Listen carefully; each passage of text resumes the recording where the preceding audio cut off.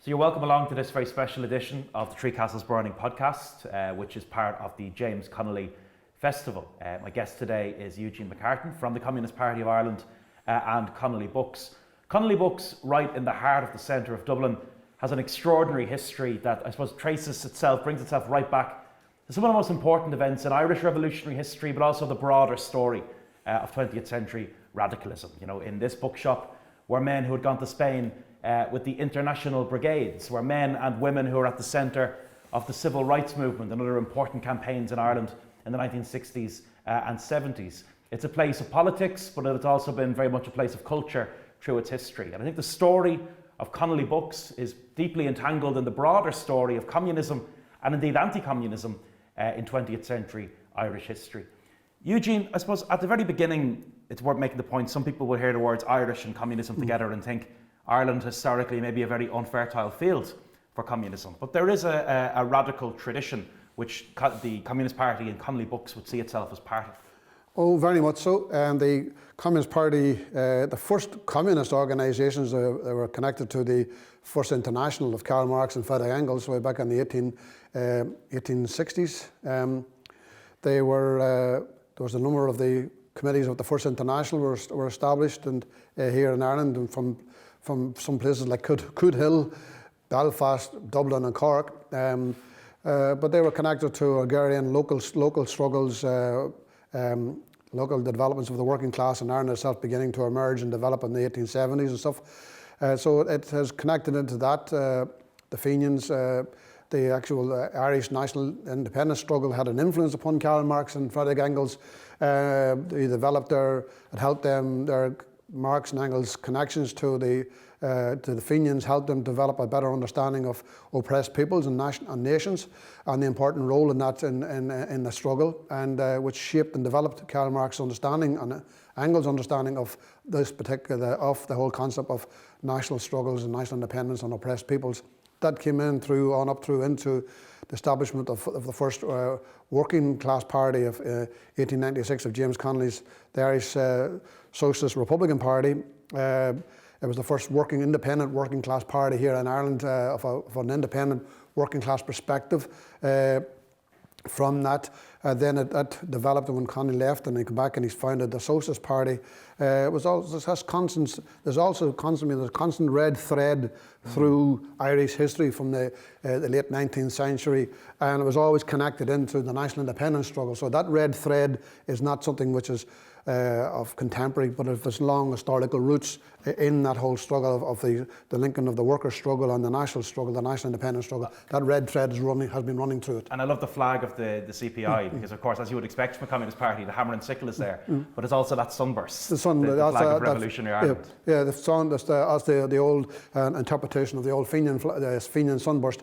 So that has been that, and then you had coming out of that the whole Larkin and Connolly establishment of the Irish Transport and General Workers Union was also the beginnings of an independent Irish trade union movement. Yes. Up until then, the trade unions in Ireland were either craft unions or unions connected into Britain.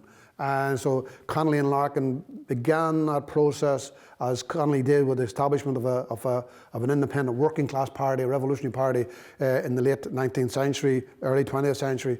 They built the Irish Transport and General Workers Union as an independent expression of an independent working class, separate from the British working class, separate from London, and striking out an independent pose for the working class movement in Ireland at that time. Of course, the great problem in Ireland was that some of the working class identified as the British working class. Yeah. I know your accent's an Ulster accent from County Down, but do you think that issue, I suppose, of a British identity in what was Ireland's industrial capital, the city of Belfast, was perhaps the great hindrance to the development of socialism, the Walker-Connolly debates and the like? Yeah, I do think that if you look back, it's like all things, none of us we don't make decisions based upon hindsight.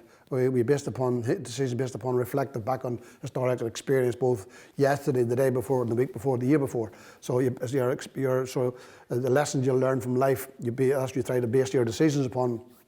Historians can have the luxury of reflective glory on looking back on what decisions of people made on the heat of the battle.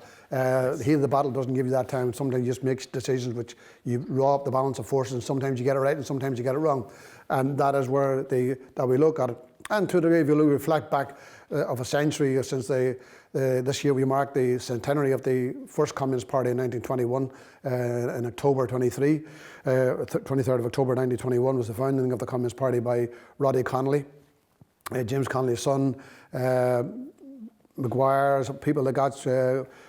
All those people who come out of who were involved in the civil, the Irish Citizen Army, or were the Irish Volunteers, or the militants out of the Irish Transport and General Workers Union, that came together, that fusion of radical republicanism and radical working class struggle. So what has fused, what has shaped the temperament, the ideas of the Communist Party has been militant class politics and militant republicanism, marrying the two of them together. And I think today, if we reflect back, what's happened in the Labour movement in Ireland has been, to a degree, in the 26 counties, has been a consolidation of Redmondism inside the Labour movement, and in the north has been a consolidation of Walkerism. You see themselves organically linked to the British Labour movement, whereas Connolly argued that the Irish Labour movement is following on from his own ideas of an independent political structure, an independent trade union structure. Connolly argued that the Labour movement in Ireland should be independent, have its own political strategy and everything else, and they should be linked to the British Labour movement by bonds of solidarity and cooperation, whereas Walkerism was about organic links tied into the British Labour movement. Yes. That meaning then the political and organisational priorities of the British Labour movement would dominate the Irish Labour movement, and that's where Connolly wanted to break that the Irish working class itself must define its own historical needs of the moment in time and then fight for those.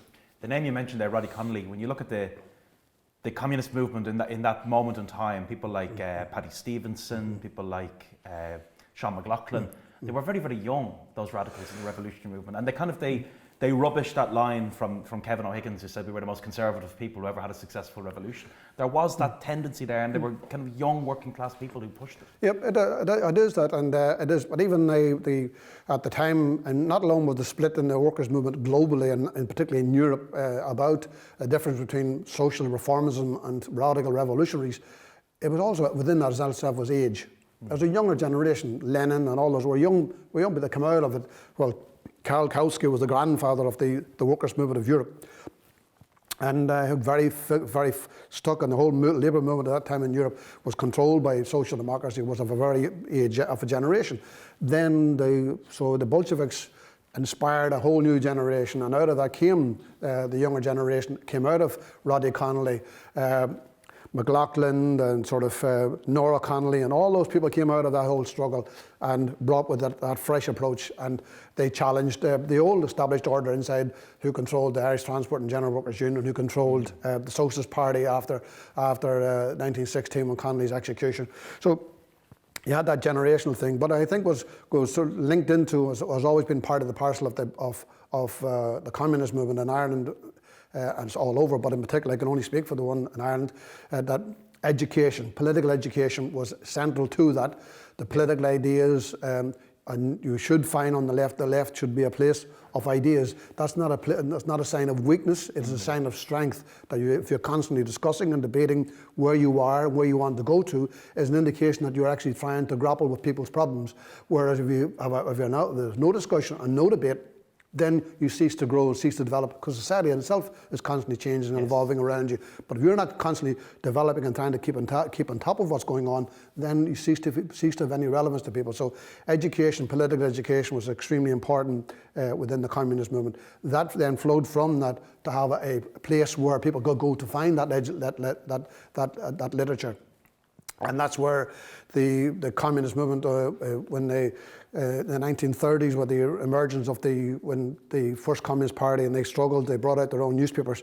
That's what always makes me strange when you hear the left talk about today. They say, well, working people can't really understand these big complex questions. If anybody's read any of the old workers' papers from the 1920s, even before, they talk about the labour theory of value, and they talk about profits and everything else, and they explain all these complex things to workers. Yeah. And the workers actually were then, most of the workers would have left school at 10 or 12 years of age. And they were explaining all, in their newspapers and magazines, they were explaining all these complex economic questions and political questions to workers. Whereas today, that's frowned upon.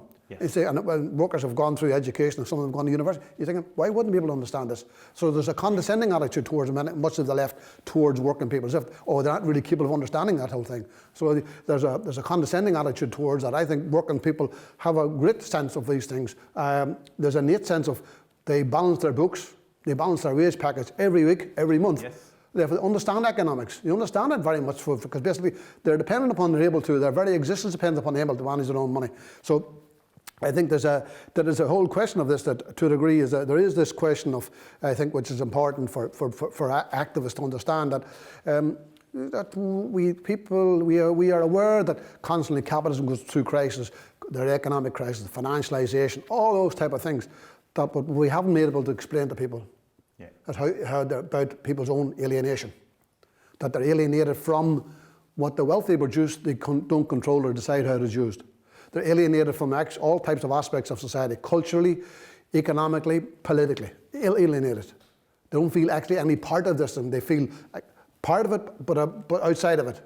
Yes. The mechanisms of control basically control them, do not allow them to be part and parcel to make those decisions. So they're isolated from it, so they're alienated from all the senses of power and the mechanisms of control. Therefore, understandable why more and more people no longer wish to vote, or they feel alienated from a culture, because basically they see them things which are about controlling them rather than actually about expressions of what they want. So I think that's where the left has to look at. So education is extremely important to that. In the 1930s, whenever the Communist Party had the headquarters in Strand Street, what did they have? They had a library full of books. Yes. A library full of books. Full of books. That was, that time, I always think about that time, because in one way, the 30s is a great heroic decade of communism in Ireland in terms of the battlefields of Spain. It's also the most challenging decade for communism in Ireland in terms of hostility. But the decade kind of began with the immediate aftermath of the Wall Street crash. It felt to people, I think everyone felt capitalism from the left and right was finished. That was the sense that was there. But the very deep emerging anti-communism in Ireland in the 30s left very long-lasting scars, I think. You would have, when you came into radical politics first, you would have met veterans of that time. The extent of anti-communism in the 30s was just incredible. There is all of that, an understanding of all that, and I think we need to go back again to understand that the church, the church were the ideological foot soldiers or the stormtroopers of the Irish establishment. If you go back and you look at it, the Irish establishment, the reasons why partition came about because the Irish establishment believed that they would be that strong enough on their own to control what they saw was a very virulent working class. In the early 1920, 1921, 22, there's huge amounts of workers' struggles, the occupations, workers' Soviets, all over the place. Most of the workers, the Irish Transport Union went from a few handful of members after 1913, 1916, exploded in membership, and by 1919, 1920, it had nearly 100,000 members. So a massive growth in a short number of years. That reflected a growth in consciousness among workers, the importance to get involved in trade unions, the importance to get involved in organising and defending themselves.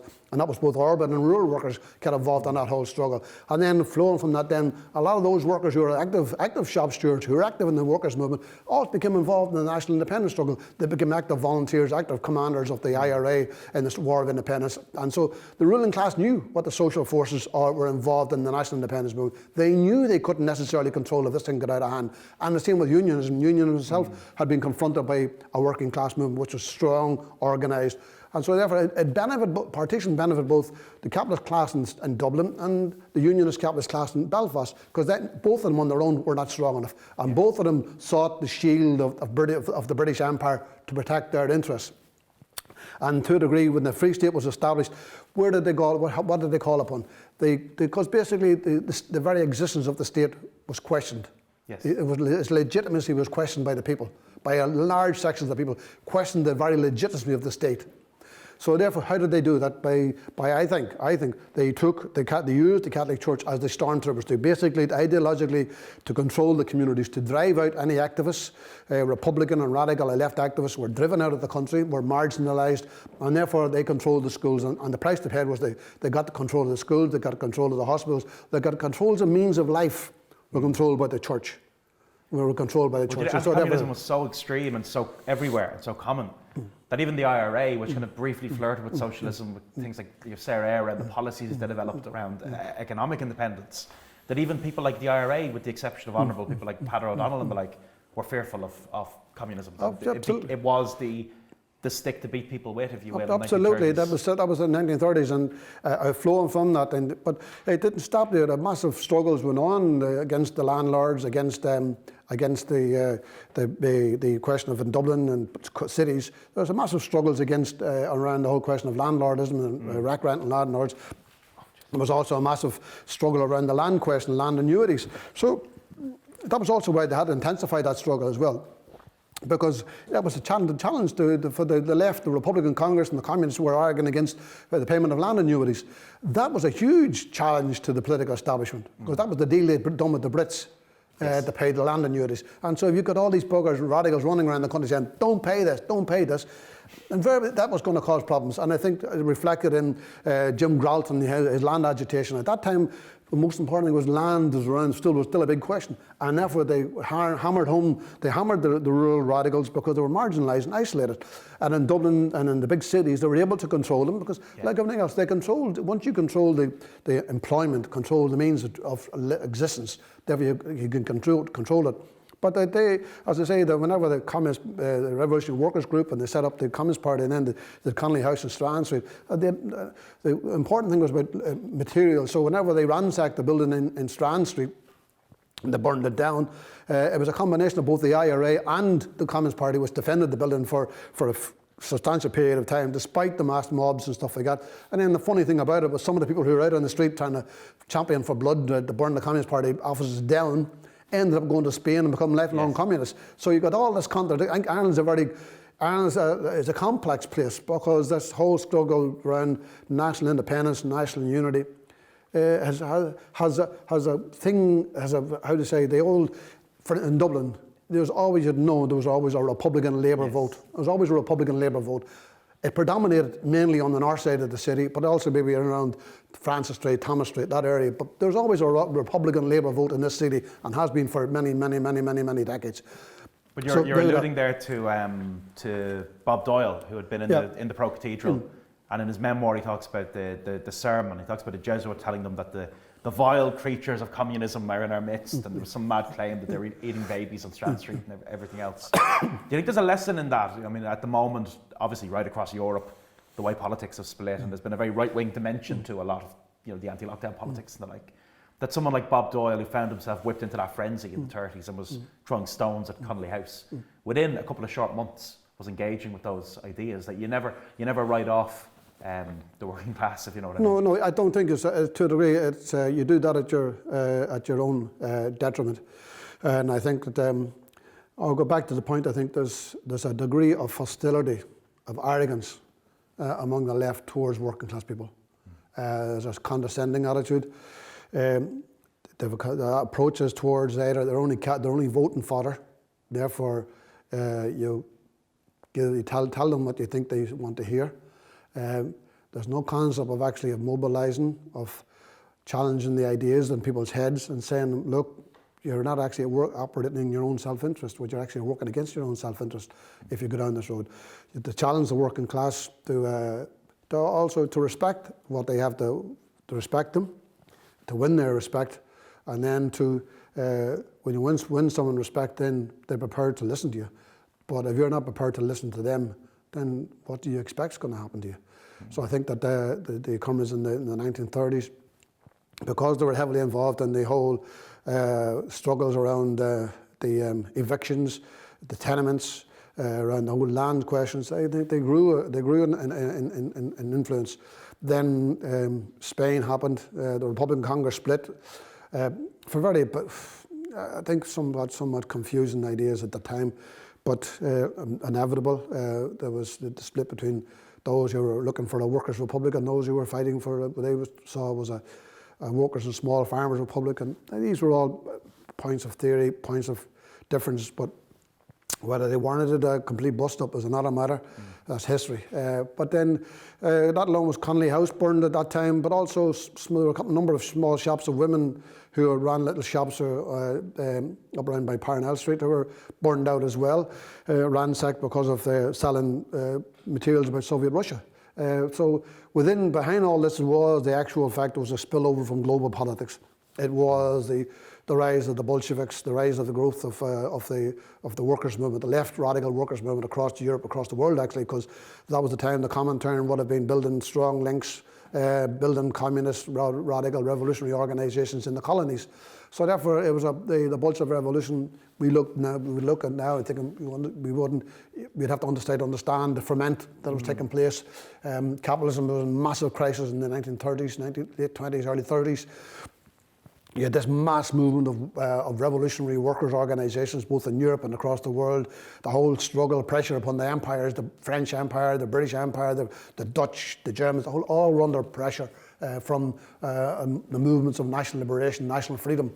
And so therefore, a lot of you are sitting, if you're sitting in Washington and London, you're thinking, holy Jesus, we're going to lose the lot, we're going to lose the lot. And so therefore they intensified the ideological struggle, and that's where it came out of. And so Ireland in the 1930s was a combination of both external anti-communism and internal weakness of Irish capitalism, coupled with this whole challenge that was emerging to colonialism and to imperialism.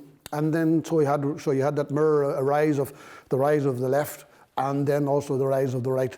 So the right, go back to the point you're making, the right today, they're not challenging capitalism. They don't challenge capitalism. They're not offering an alternative to capitalism. Yes. They're just saying basically they are trying to capture the anger of people towards the workings out of capitalism, the policies of capitalism. They're trying to capture people's anger about the collapsing health services, the shambles that is health services here. They're capturing that anger. They're not saying, well, we are offering a free public health service. They don't say that. Yes. They just say, you're angry, yes, be angry, you're right. It's send people up at the top. But they're not saying, well, the reasons why they people at the top, this is the policy they're pursued. And I think that's where they're looking at it. They try to capture anger. But anger is a genuine human emotion. It's not a political strategy. And that is where the right have pushed that position of capturing people's anger, people's frustrations, people's alienation. Capturing it in a way that steers them away from challenging who is the real problem here. What is the real problem? Who is the real enemy? Who has actually created these conditions for which you're suffering from? And that is where the role of that has always been the role of the right, is to challenge the people's anger in a way that does not challenge the system, deflects them away from challenging the system. So that's true. It's no different than it was in the 30s, but it is that role to play. The right are not challenging the system. They're not challenging the very material basis of it. All they're doing is basically capturing the anger and turning it in a different direction. There were certainly demoralising effects in the end of the 30s. I mean, the fatalities that the Irish lads endured in Spain were absolutely enormous. Yeah. I think around something like 33% of the Irish lads in the brigades were killed. And I mean, some of the great young potential of that generation, think about people like Charlie Donnelly and others lost in the battlefields of Spain. Do you think that was, I mean, you would have been growing up on the left at a time when veterans of that struggle were still present, people like Mick O'Riordan, people like Bob Doyle who kept faith. But it's fair to say rebuilding the communist movement post-Spanish Civil War was a long struggle. It is still a point of, I'm not saying, we are very, very proud of what these, of the history of the communists in Ireland. We also acknowledge that, like everything else, we can reflect back and say what might have been, what might have been. But that's, to a degree, we could say it would have been better if they had stayed in Ireland and they probably could contribute to the battle here. Because I do think there's some brilliant brains went to Spain and never come home. I think that people who made a huge contribution to the struggles in the 1920s and the 1930s. People very brave and courageous people, people who are thinking, people who had the capacity to lead working people, who were from the working class. But then that would take away from them their sacrifice. Then I would be demeaning their sacrifice, which we wouldn't do. We wouldn't do. But it's important that we do say that we lost a lot of good people. The revolutionary movement in Ireland lost a lot of good people. You can evaluate, was the sacrifice, was it worth that sacrifice? Then it gets, if I was coldly and calmly looking at it and say, no, it wasn't, but I can't do that. All I can say is that those people made that decision. I defend that decision. Do you think it was a great source of not just pride, but it showed what could be done to younger communists in the 60s, the 70s, the 80s, to be sitting in a room with someone like Mick O'Riordan? Absolutely, because whenever people, Mick O'Riordan was maybe not known about it, but Mick O'Riordan was very committed to peace. Yeah. And very, very committed to peace. And we in the 1950s, whenever they were trying to organise, the World Peace Council had a World Peace petition for peace against nuclear bombs. People like they had organised an event up at Christchurch, and Luke Kelly singing on the back of a lorry was attacked. And all they were doing was campaigning for peace, and they come under huge attacks for that whole for trying to organise support for the World Peace Council's petition for peace. But Mick O'Riordan said, only when you've gone through the battle, yes, do you really understand the importance of peace. And that was Mick's view, that he had gone through the Battle of Spain. He'd seen so many people die. He saw the destruction, the human misery that was left behind. He saw that, and therefore he knew that peace was extremely important to people, extremely important for human development. But to a degree, war is where the forces of imperialism wish to stop. When they've lost the political argument, they resort to violence to prevent anything changing. So the peace is extremely important in that sense. So you had people like that whenever we were involved in the peace struggles in the 1950s, the global against the nuclear war, against the ban the bomb, all those type of demonstrations. That flowed then into the late 60s, early 70s, into the anti-Vietnam War demonstrations, the anti-apartheid demonstrations. The Communist Party were instrumental in founding the Vietnam War, anti-Vietnam War. There was three people. It was Pat O'Donnell, Mick O'Riordan, and Tom Barry. I think it might have been Tom Barry was involved. It's only three of them were involved, and it turned into a mass movement of people against the war. So all things are possible. All things are possible. It's about how you engage with people. And the same with the anti-apartheid, we started a handful of people. It turned into a movement which basically forced the Irish government to bring about a ban on importation of South African goods, which also led to a huge conflict for the European Union and all those type of things. So it contributed, a small little campaign around, contributed to the destruction of one of the most brutal regimes in the 20th century history. So I think I don't think you judge an organisation by its size, but you judge it by its capacity to influence and shape and develop politics. And that is where the Communist Party is down at. So whenever we set up the bookshops in the 1934, 35, being attacked, that you can always see that the ruling class sees the importance of education. They see it, but that's why they control it. That's why they shape it. Therefore, if the left wants to really move, therefore it needs to have its own forms of education. It needs to have its own places where people will come to get alternative information. And that, to a degree, whenever we founded in the late 40s, early 50s, the New Books. New Books was the forerunner to Connolly Books. That was established by people like Sean Nolan, who was a founder member of the Communist Party. He was a member of the first Communist Party. Sean Nolan, I remember him telling me about. He said he was coming around by Marlborough Street, and come around the corner, and there he said there was a public meeting going on. There was James Connolly speaking. Extraordinary. So imagine. So you have this, once again, this red thread. Yes. Flows through the political struggles, both individually and also organisationally. Flows through the links with the Communist Party to the historical roots of the working class movement. So Johnny Nolan established the New Books along with people like Geoffrey Palmer, and they would have been key people. And I knew both those men. You never say people well. I knew them. Yeah. I had a beer with them, sat at meetings with them. So therefore, I had some understanding of what they went through when they spoke about the history of what they went through and what they did and why they did it. And so you listen to people like Sean Nolan, and Sean was a very small man, quintessential dub. He was but an extremely well-read man, extremely well-read. And he would be very much of that, but a very silent character. He wasn't to the fore in oral speeches and writing things, but when he wrote, you read it. Yes. When he spoke at meetings, you listened. Because they'd, to the degree, they'd earned the right to be heard. Absolutely. Yeah. So when you had those people involved, then you did learn from people who come into the shop. Anytime whenever a lot of the brigaders who came back from Spain to come back to Ireland, they found it was a very, very cold place. Therefore, many of them had to re-immigrate again, went to England to find work, because of the combination of the economic crisis, but also then with the emergence of the war, there was more work going on in Britain. So a lot of them went to England, and a lot of them never came back, but they come back on their holidays, and the first port of call would always be new books. The first port, before they even went to visit their families, they get off the boat in Dunleary or down at the docks, and they'd come up to new books, and that would be their first port of call. And the same thing with ones who went to America. When they come back to Ireland, their first port of call would be into new books, and that's where they pick up papers, they pick up magazines and stuff like that, and then they go off to meet the family.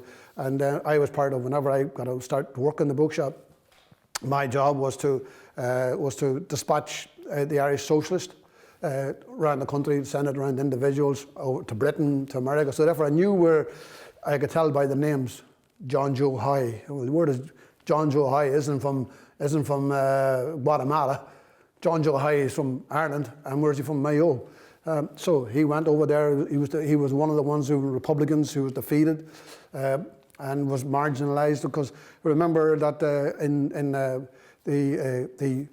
that alone was the oath of allegiance to the British state.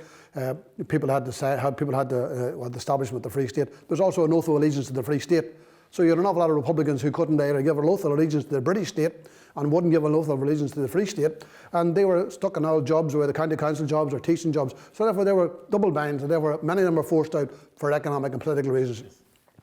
But when you've seen them when you were sending them, when I'd be posting the Irish Socialists, they could see exactly where they were going and who they were. We could tell by their name. So these are sort of, and also people down the country, they want to be magazines about the Soviet Union, about the German Democratic Republic or East Germany, things like that, or what was going on in South Africa. Books, the materials they couldn't get anywhere else. New Books would be the focal point for that. New Books was violently attacked in the 50s, I think, during Hungary, and not unlike what happened on Great Strand Street.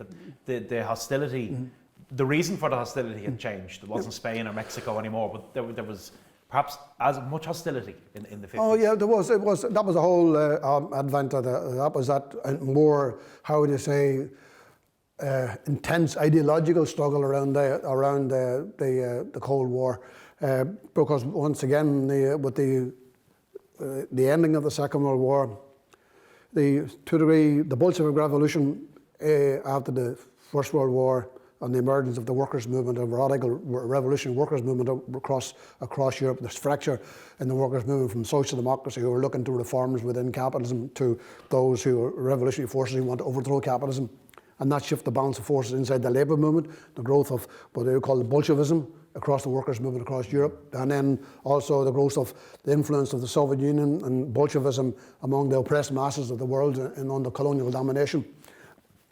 There was a shift in dynamic and a shift in the balance of forces globally at that time.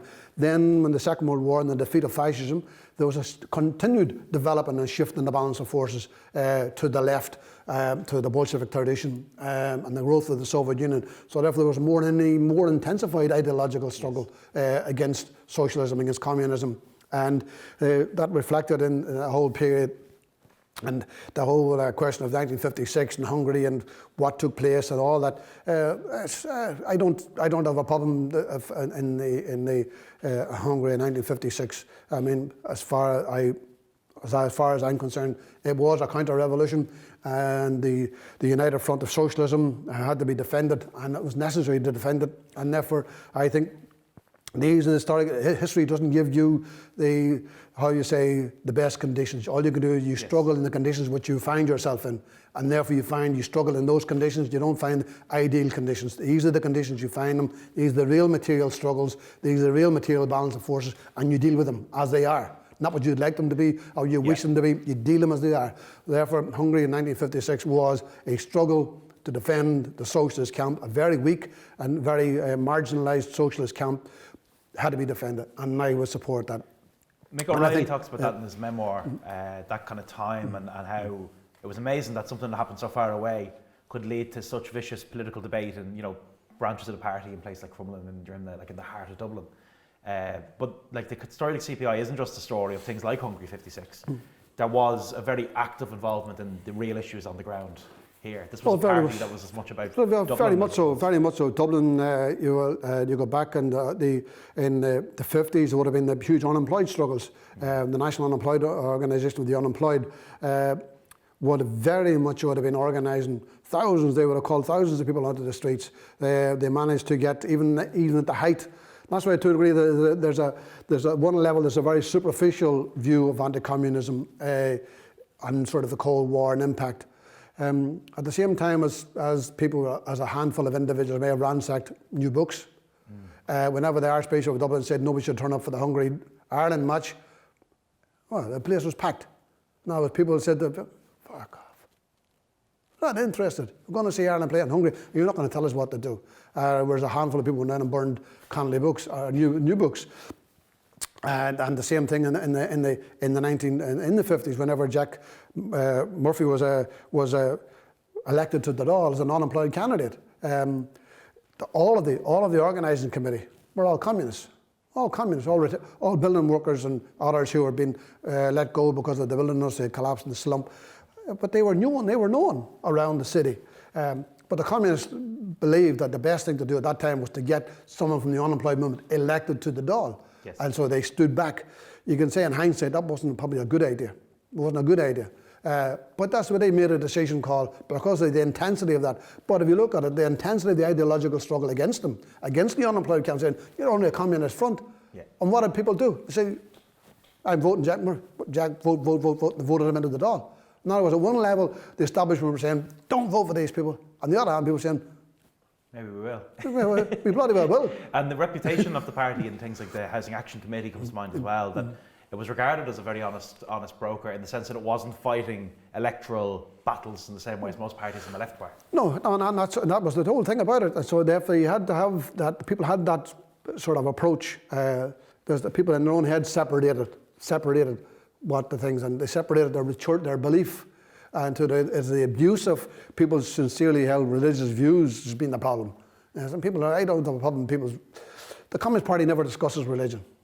For as long as I've been a member since 1974, we've never had a discussion about people's religious beliefs. It doesn't enter the discussion.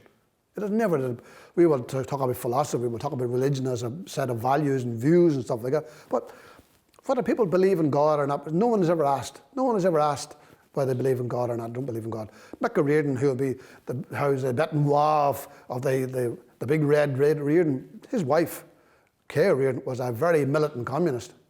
But she was a very, very devout Catholic. It was never a question. It was never a question to be asked. She was voted to positions because she was a good, sincere, hard-working, militant communist. And a very well-read woman. So it was never a big problem for us to have about religion. Still isn't. It's never discussed. But in the 1950s, so that's manipulation and manoeuvring of people's sincerely held views by charlatans, simply by charlatans. And now, in the light of history, we can see they were complete charlatans. It was an organisation which was the Catholic Church and its institutions, the industrial schools or the mother and child home. They were institutions of repression. Yeah. They were about repressing the working class. They were about controlling the working class, about disciplining the working class. And that is missing from all the debates about the mother and child's home or the industrial schools. They were mechanisms for disciplining the working class, driving the working class, do as you're told, keep in your box and say nothing. And that is what is missing from this whole debate. And if you read newspapers like the Catholic Standard now in the archives, historians look at these papers and think, oh my God, this is wild. But there's a reason they devoted so much time to communism, because they were genuinely fearful of it. Yeah, very, very, very much so. And that comes across as just looking on the office upstairs. We have it up there as a Catholic Standard, and the Catholic Standard way back in the 50s used to carry one in particular office in the office. They have a front page of the Catholic Standard and all the photographs of all the Communist Party members, not all of them, but key they saw as leading Communist Party members. Their photographs beside them, where they lived and where they worked. Where they lived and where they worked. So they are informing, thousands of people were getting, we had no choice, you got the damn thing was stuffed your hands when you went to church. But they were telling people exactly, this is the known communist, this is where they live, this is where they work. Wow. And so that was their constant refrain in the 50s. But that didn't stop. Whenever the Communist Party comrades in Inchicore set up, Lower Ballyfermot set up the Ballyfermot Inchicore co-op, food co-op, it was about meeting the needs of people who couldn't afford to pay the prices in the shops and stuff like that. It'd come under attack. The very fact you want to put forward a cooperative that provided food at a rates that people could actually afford to feed their kids and feed their families on, come under attack, sustained attack.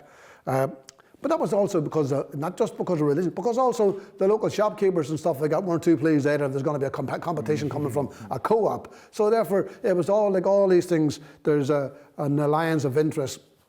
I think one of the interesting scenes in that Jimmy's Hall, Jimmy Gralton, and there's a scene in the film about where they were hunting down Jim Gralton across Leitrim, and there's a scene in the film where the local bishop, the Garda, and the local businessmen were talking about how do we get rid of this undesirable person called Jim Gralton. What was interesting was the nexus of power. The local power was the church, the Guard, and the local politician businessmen came together. They are the ones who decided who was good and who was bad, who was deserving and who was undeserving. And the same thing whenever the Catholic Church controlled all these things, they defined there are poor and then there are deserving poor. And if there's deserving poor, is there not then undeserving poor? Yes. So who is the undeserving poor? Yeah. The poor who don't behave themselves, who don't toe the line. So the same thing that goes on. Goes back to the people who were on the unemployed struggles and stuff like that. It's the same struggle. People saying, "We don't particularly care what you think." This person would do that. And whenever Murphy was elected to the Dáil, then he became the target from the pressure from the bishops and stuff like that. And eventually he left the Dáil and went to Canada. So these are all, so the struggles around the unemployment in the 50s, the struggle, that was also at the same time that New Books was there. New Books was carried books about the Soviet Union, the new world that was emerging, the whole national liberation struggle, carrying information about the war in Algeria and the anti-colonial struggles. Yeah, because who would be interested in the anti-colonial struggles? Radical Republican elements. Does it say anything about the changing political atmosphere in Ireland as the 20th century went on that New Books could in time become Connolly Books? Well, actually, we took this. But the whole. I would use terms, and the Communist Party would use terms. We don't use about the collapse of socialism. We would use the term the victory of counter-revolution. The victory of counter-revolution in the mid-80s in Eastern Europe. We've seen that as a huge disaster, for human advance. And we look at it now today, the impact of the counter-revolution and the defeat of the Soviet Union. We have always viewed that socialism in the Soviet Union in particular was, a great bulwark. A great bulwark against imperialism, a great bulwark against reaction. It was also a benchmark.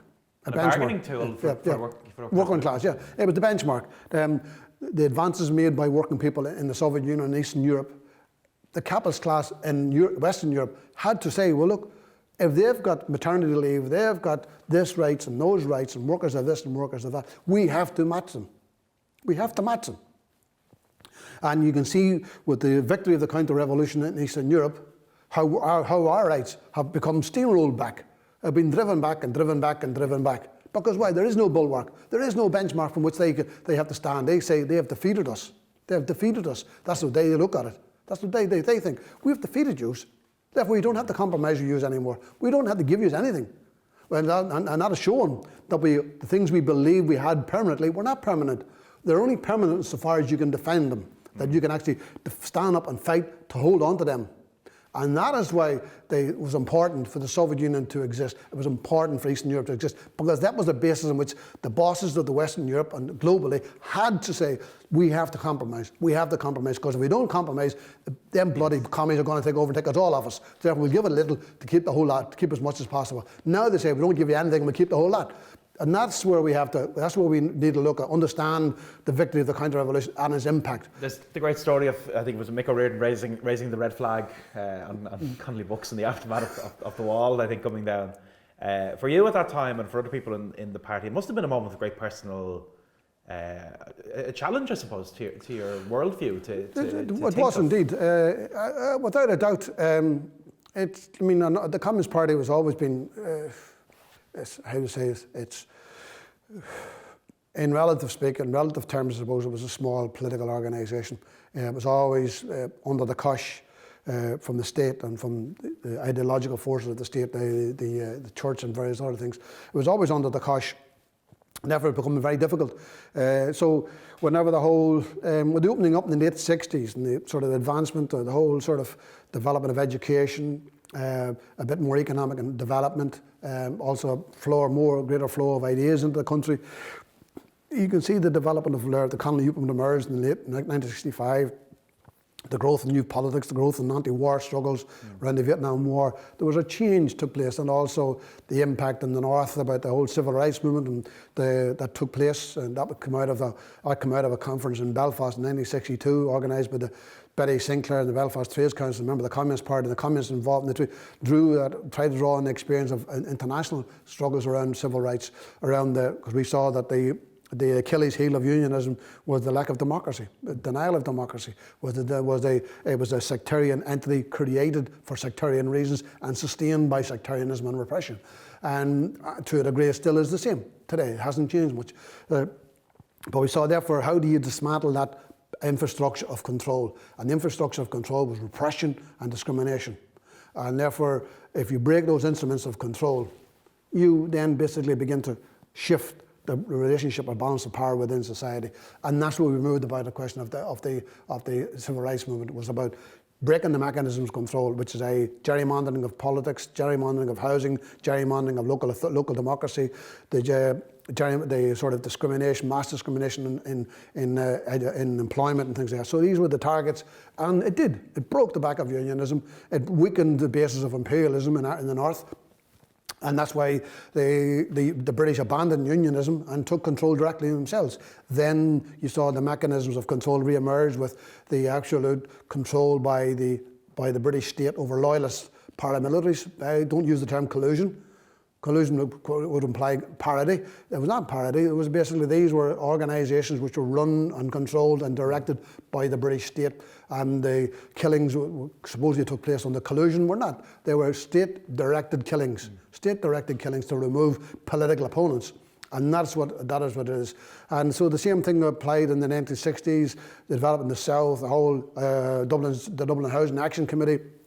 There's a whole struggle again. Housing has always been a big problem in this country, because basically it's always been controlled by landlords. We've been plagued by both British landlords and the native Gombian landlord.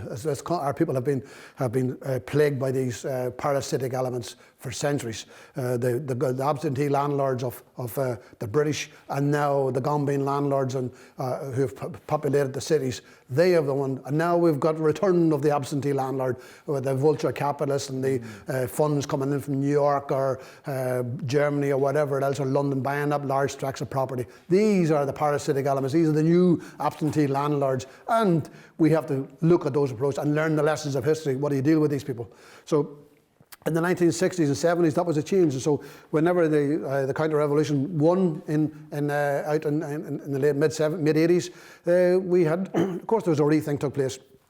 And we also sort of, the building here was in, we have moved around a number of places. So say from the late 1930s, the mid-30s, we're in Strand Street. Then the party went into all types of things, had found difficulty getting place. And then in the late 40s, early 50s, we got a small little bookshop in Pier Street, what is now the Fire Brigade there. Then in the early 60s, the corporation CPO'd it because they were going to build an extension to the fire station. It took them nearly 40 years to build the extension. So you have to ask the question, why did the CPO it in the first place? All that was to basically shut it down. Yeah. They tried then, we moved from Pearse Street around to Parliament Street. Just there now there's a Greek restaurant in it now. We have a small little bookshop there. Our offices at the time were in Pembroke Lane. It's off Pembroke Street. It's a small little lane. It was an old stables that we had. So that was the first meeting place I ever went for meetings. That was the party met there from the late 50s onwards, 40s onwards. There was an old stables at the back of a big house in Pembroke Lane, and there was a downstairs. There was we used to have the printing press there. That wasn't working whenever I joined the party. But upstairs was meeting rooms, and Mick O'Riordan had an office on the ground floor and a good, lovely little meeting room upstairs. Our paper was published, the Irish Socialist was published in, I think it was Dorset Press up on Hill Street. Many times the paper has been banned on the Coercion Acts and various things, and we had to get the paper printed in Scotland and brought in. Sure. So there's always been these complications and difficulties, and whenever the printer in Dorset Press, he was trying to, when he started to print it, he went to the priest to look for, to say that he was going to print the Communist Party paper, and he wanted to know what should you do about it, and the priest said to him, well, what, if you didn't print it, what would be the impact? He said, well, we employ so many people and there's an impact upon jobs. When the priest said, well, go ahead and do it, because there's going to be lots of jobs. So even the priests were, even they were, not all of them, these are all complexities of questions. And so they printed the paper. So the party had an office, old offices around in Pembroke Lane. That's where the Connolly was, a time when the Connolly in the 1960s and 70s, the Connolly, we were all based there. That's where the demonstrations, the posters were made, silk screens, the floor would be covered from this paper being drying, the ink from the silk screens would be drying for the posters before they go up in the streets. An old Gestetner machine about turning out the leaflets and stuff like that. That was all there. And then in the mid 1975, 76, they sold Pembroke Lane, and we bought this building. It's an interesting building in the sense it's known as a Dutch Billy. It could be declared a national monument because it's so old. John Rogers was part of this whole development, and we bought this building from the sale of Pembroke Lane.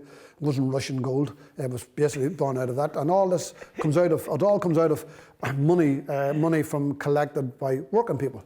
We didn't get money from any. We don't have any rich benefactors. There are not too many rich people running around throwing money at communists. This came out of people who hadn't got an arse in their trousers, had hardly enough money to feed their families, but if they had a few bob extra, they would give it to the Communist Party. They would give it to make sure the paper came out. They would give it to make sure the leaflets were done. They would give it to make sure the premises and the bookshop was maintained. The perception people have of this area now is it's coloured by what Temple Bar has become in recent decades. The Temple Bar the Communist Party moved into was a very, very different place. It was quite dilapidated, run down. It was originally CIE. Doesn't give people this gentleman. You all grew up in the terms of people knew what CIE was. CIE was the bus company.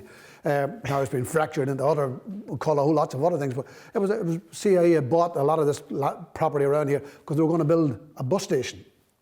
And it was typical of the establishment of this society. Basically, they really have no idea of actually how to create a human development, economic and social. It's not about enhancing the human being. It's about, can you make a profit out of it? Is it getting in the way of making a profit? If it is getting in the way of making, knock it down, bulldoze it, do it, smash it to bits. Doesn't matter to them. As long as we call it, they call progress is of making more money. It's not how we would define progress by any shape of the imagination. So we were going to build a bus station. Then eventually Charlie Hoy, in his grandiose inner thoughts, he decided, no, we'll turn it into the cultural centre.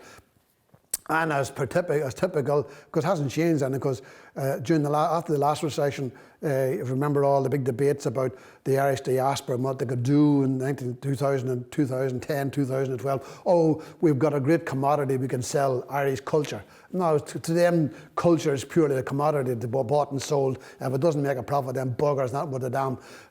So they were going to turn into the cultural quarter. And what they mean by cultural quarter is it's a wall-to-wall pubs and then fleece the tourists. And that's exactly what it turned into as a wall-to-wall pubs and fleecing. Everything else that was kind of progressive in the Temple Bar at that time, the Hirschfeld Centre, all that stuff, is gone without a trace.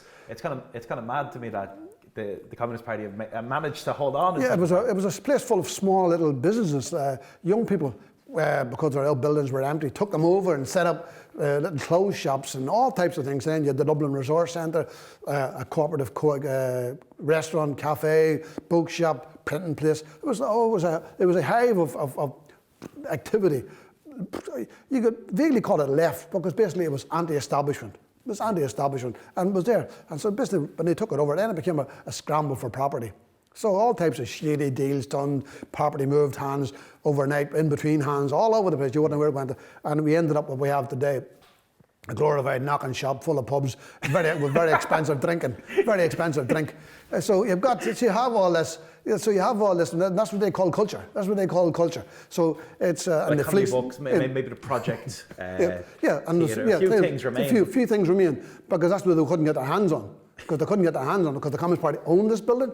The project then at that time was run by fairly radical artists and stuff like that. So they didn't buy into all that nonsense. And then you had artist studios around the place, and the artists tend to be people who don't like being told what to do and anti-establishment. So they managed to hold on to bits and pieces of it here and there around the place.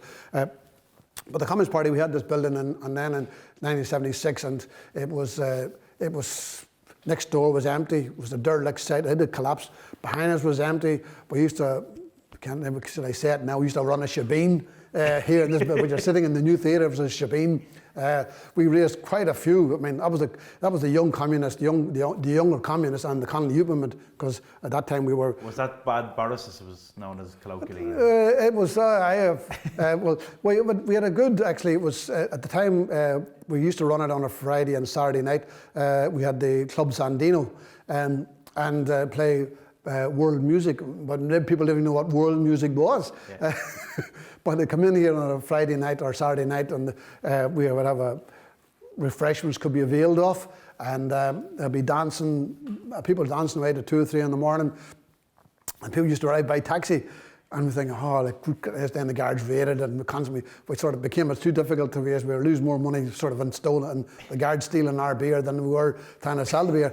But in the process of all that, we raised thousands and thousands of euros for the Sandinistas, for Sandinista, for funding schools in Nicaragua. And we also sent young people to Nicaragua to help pick the coffee as part of the coffee brigades. So that all went through that whole process. So it also helped sustain the Communist Party because we made money and we were able to buy things which we hadn't got the actual money to. And then when the whole counter-revolution took place in the mid-80s, the Soviet Union ceased. Therefore, books coming out of the Soviet Union ceased. Right, yeah. Political Progress Publishers, which was one of the biggest publishing houses in the world, produced lots of political literature, economic and social and political and cultural literature, which reflected both the Soviet Union but also the global struggles against imperialism. They ceased. So therefore, we made a decision that we would rename it, because one of the other traditions of the communist movement and New Books was that we kept Connolly's writings in print. Right from the early 1920s onwards, we've always kept Connolly's writings, his main writings, Labour and Irish History, the Reconquest of Ireland, and Labour, Nationality, Religion, and those key writings were always kept in print. And so we thought the logical thing to do was to call it Connolly Books, because it was identified with that long tradition of keeping Connolly's writings. Whenever the Labour movement didn't want to know James Connolly, the Republican movement didn't want to know James Connolly, I said, well, so we kept Connolly's name. So we took the name Connolly Books as a continuum of New Books, and that's where the name came from. 1989, 1990, we refurbished the shop and renamed the shop Connolly Books. There's a kind of irony in this, in the sense that the the vision of Temple Bar, as Haughey said, was that it was going to be a cultural. Now, it didn't become a cultural quarter, but that was the vision. But ironically, one of the last places where there is culture in it is something they couldn't get rid of, which is Connolly Books. You can walk in here during the week and there's Irish language classes on.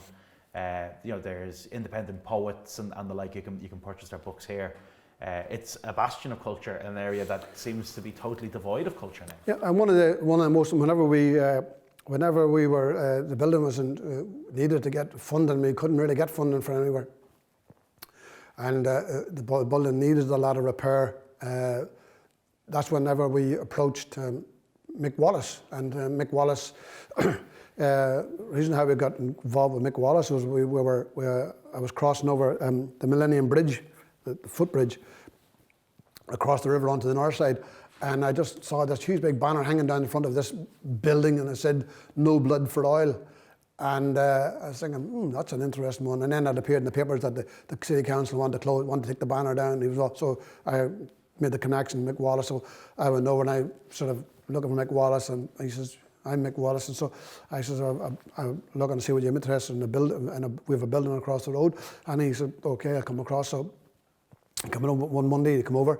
We went up to a little office upstairs, it's still there, and we sat down, and we says, "Oh, well, can we have?" I says, "This is our building. We don't have the money to develop it, but we're interested in doing a deal." And he said, "What are you looking for?" I said, "We're looking for this, this, and this." And he said, "Right, let me think about that." And a few days later, he rings up and he says, "Can we meet up?" And I said, "Yeah, of course we can." So he come back and he says, "We can give you this, this, and this, but I can't give you that because there wouldn't be enough to sustain it." So I says, "Right." That's because I'd been given the authority by the area committee to make a deal. So we shook hands. One of the things was that the old back hall would be turned into a theatre, a proper theatre, and that's what you have today is the new theatre. It's a proper tiered seating. It's a theatre which is about encouraging young actors, new Irish writing, giving space to artists to be able to express themselves, to give young writers an opportunity to have to see their work put on stage. But I mean, you have to be 1,000 years old before you can get anything put on stage in Ireland, because unless you're part of the clique and part of the establishment, you don't get anything published, you don't get anything put on, because you're not within the circle. There's golden circles, and there's golden circles within the golden circles, and the circles within culture. Nothing within capitalism is allowed to free flow. Whether it be ideas, cultural values, none of these things are free flow. They're all controlled. They're all sort of shaped and moulded to meet the establishment's needs. And to a degree, that's what the new theatre was, to create a space where people could actually put on stuff and talk about themselves and see their own world experience reflected off the stage. To a degree, that's why amateur theatre groups use it. All types of people use it, but it's independent from the Communist Party. It's not, we don't run it, we don't control it. It's independent board of directors and stuff like that, and it does its own thing. So that's where the nature of the theatre was about that. That's what we wanted to do, create a space, particularly for radical working class culture to be expressed, get expression, and that is still our core value. And so then everything the state lied and said Temple Bar was going to do is. It is what it is. That's what they wanted. But their view of culture is about money. Yes. It's not about advancement of human knowledge and human experience and humanising the world in which we live. They don't. It's all about, if it makes a buck, then it's culture. If it doesn't make a buck, then no bloody use. It's not a culture. For them, it's the bottom line. So that is where we went about. I mean, then we done the deal with Mick Wallace, and Mick Wallace then said about doing this building, and whenever we got the building back, we actually signed the deals to transfer the building to Mick Wallace. That Mick Wallace done all the building and all the refurbishment on a handshake, on trust. No legal documents passed hands. We done it on handshake, and that's the way we've always. Our word is our bond. Fantastic. Our word is our bond. So people know if the Communist Party says something, that's exactly what the Communist Party means. It doesn't have any agendas above the table, under the table, around the table, or out the back door. If we say something, that is what we mean. That's what we fight for. That's what we believe in.